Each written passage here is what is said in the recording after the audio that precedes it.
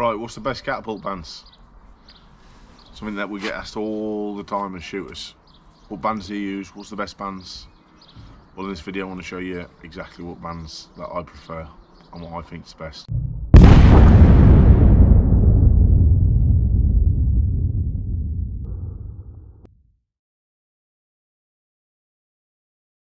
There is no best catapult bands for anybody. You have got to work out what is best for you, and this is a question that gets asked to me over 10 times a day. What's the best bands? What bands do you use, mate? What taper do you use, mate? What ammo do you use, mate? As for the bands, everybody is different. I can't go and get my 3-year-old son's jumper and wear it and think it's going to look right, because we're all different shapes with different sizes. So in this video I'm going to show you exactly how to work out your band length, because that's another question I get asked. What band length are you shooting?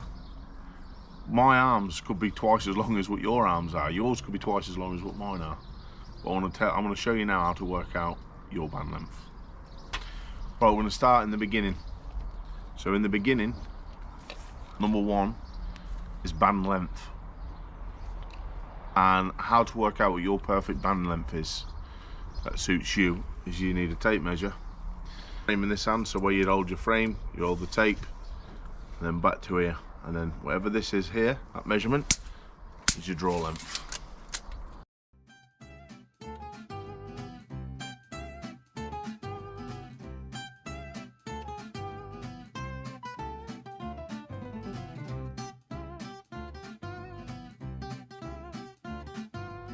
So we've got our draw length. My draw length is 32 inches.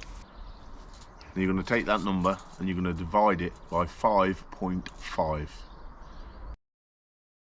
So we've got 32 inches divided by 5.5 equals 5.81. So 5.8 inches is my active length. Now, when you cut your bands, you don't cut them at that size, because you've got to remember that you've got to leave enough room for tying on your pouch and attaching it to your catapult. So once you've got the allowance for that, you should be left, I will be left with 5.8. You're going to be different, because obviously you're a different size and a different shape than me, but I'm going to be left with 5.8 as my active band length. Now I want to show you which cut is going to be best. So the band cut that we're going to be using is a 22mm straight cut, no tapers. Now, because there's no tapers, you've got less chance of the band breaking down near the pouch end. It's a good solid cut. It's got enough power to take pheasant, rabbits, hares, pigeons, rats, whatever. It's got enough power to do that, and velocity.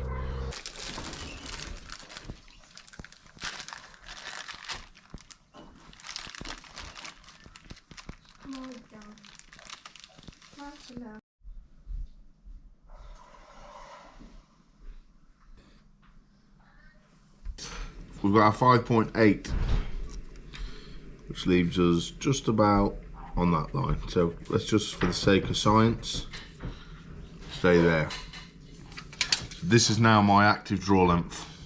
We've got 2 squares for the pouch and square for the frame end. So we've got this to play with for tying. So that leaves me with a total of 7 inches. So I've got 1 inch for tying, and my active length is 5.8 or 6. Not going to really make that much of a difference with that. This will work with any band over 0.45 thickness. So that's just under 1/2 mil thick. It'll work with any band.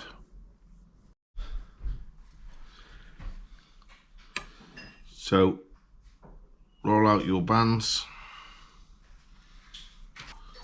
metal ruler, rotary cutter,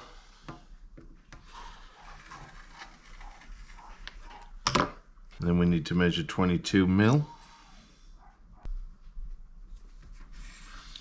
Same down at the business end. 22.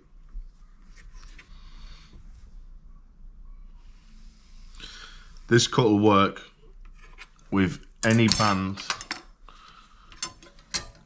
but if you want to be killing game, it needs to be over 0.45 thickness of band. So that's just under 0.5 mil thick of band up to whatever you go.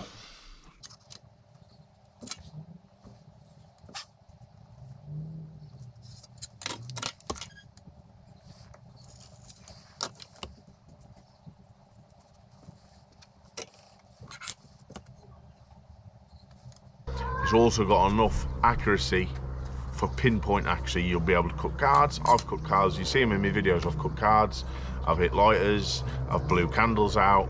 You don't really get much more accurate than what you're trying to do there. Unless you want to, I don't know, hit a grain of rice. I'd probably do that if I tried to do it. But you can achieve all the accuracy and all the power for hunting with these bands. So I see it as a win-win. As you progress and you'll get better with a slingshot, then you can tweak your bands and have more tapers, more extreme tapers. You'll get speed, varied speeds, and you'll adapt to that. Personally, myself, I don't bother. I don't need to really. I'd crack on with what I'm doing. I don't, like I said, I don't like changing bands.